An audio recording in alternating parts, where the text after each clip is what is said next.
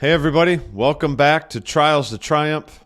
I'm Pastor Brad Closter from the Rock Church in Bel Air, Michigan. Thank you for joining me. I know that some of you are live with us right now on our Facebook or our YouTube channel. Welcome aboard. And I also know that some of you maybe cannot join when we are live, but you're catching this at a later date.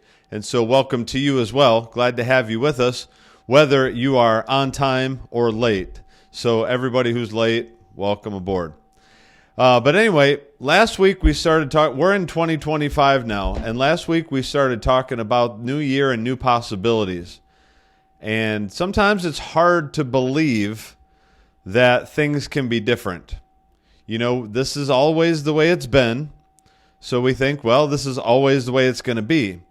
But honestly, that's just not the case. And I'm here to challenge your thinking. And I kind of ran out of time last week. I wanted to talk some more about this, so I figured I'd bleed this over into this week and talk about the fact of what God wants to do in you this year, and the fact that you have been made new, and God wants to do something new in you. And I've got a verse for you that I hope is going to build your faith. I know it always does with me, but it's one of those great verses that we refer back to over and over and over again, but it's a good reminder of what God wants to do in your life and mine. And it's Ephesians chapter 3, verse 20, and I'm going to read that for you now. Ephesians chapter 3, verse 20. It says, "Now to him who is able, God is able, to do exceedingly abundantly above all that we ask or think, according to the power that works in us."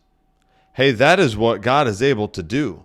He is able to do exceedingly abundantly above all that we ask or think. If that doesn't get you excited, you might have to reach down and check your own pulse right now, because I can ask some pretty big things.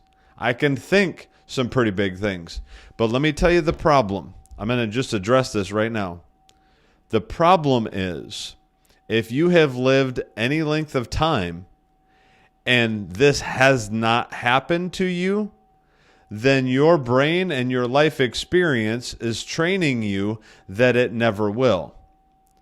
See, when you deal with a child who hasn't been disappointed yet by life, they believe that what they ask or think or imagine is real, or can be real, or can show up. But what happens as we get older, as maybe life comes at us and it disappoints us a little bit, we tend to adopt the philosophy that it might be true that stuff can happen, but it certainly can't be true that will happen for me, because I've lived long enough to know these things don't happen to people like me. And I'm probably stepping on somebody's toes right now, because this is exactly the type of attitude that we adopt for ourselves without even realizing it.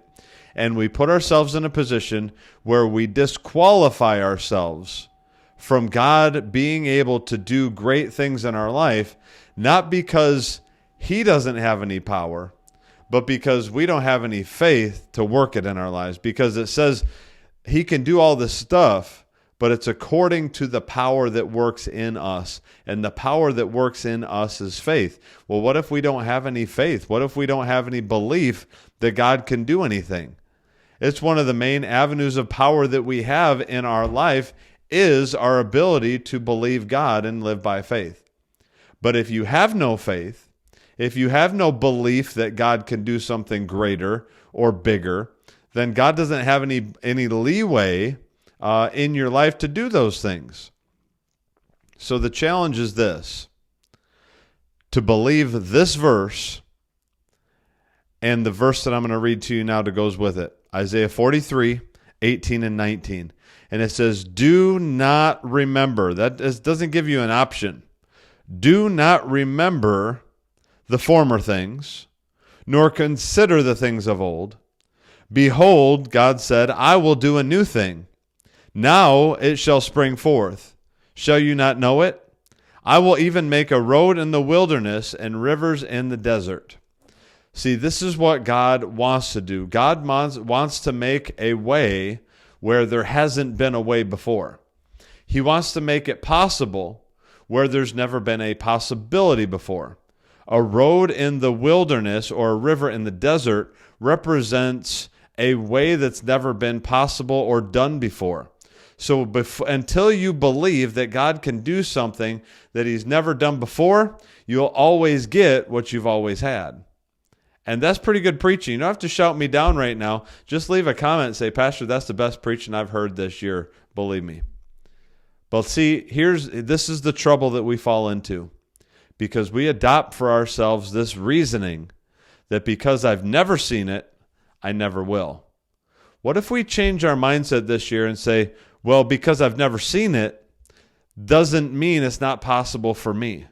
I've never seen it, but it can happen. I've never seen it. It can happen in my life and your life. And my light just went off behind me, but I'm not going to quit preaching because I'm preaching too good to stop. But hey, listen, every one of us needs to understand that you and I have the ability to work some things by faith in our life and believe that God can do some great things for you and I, regardless of whether we've ever seen it happen before.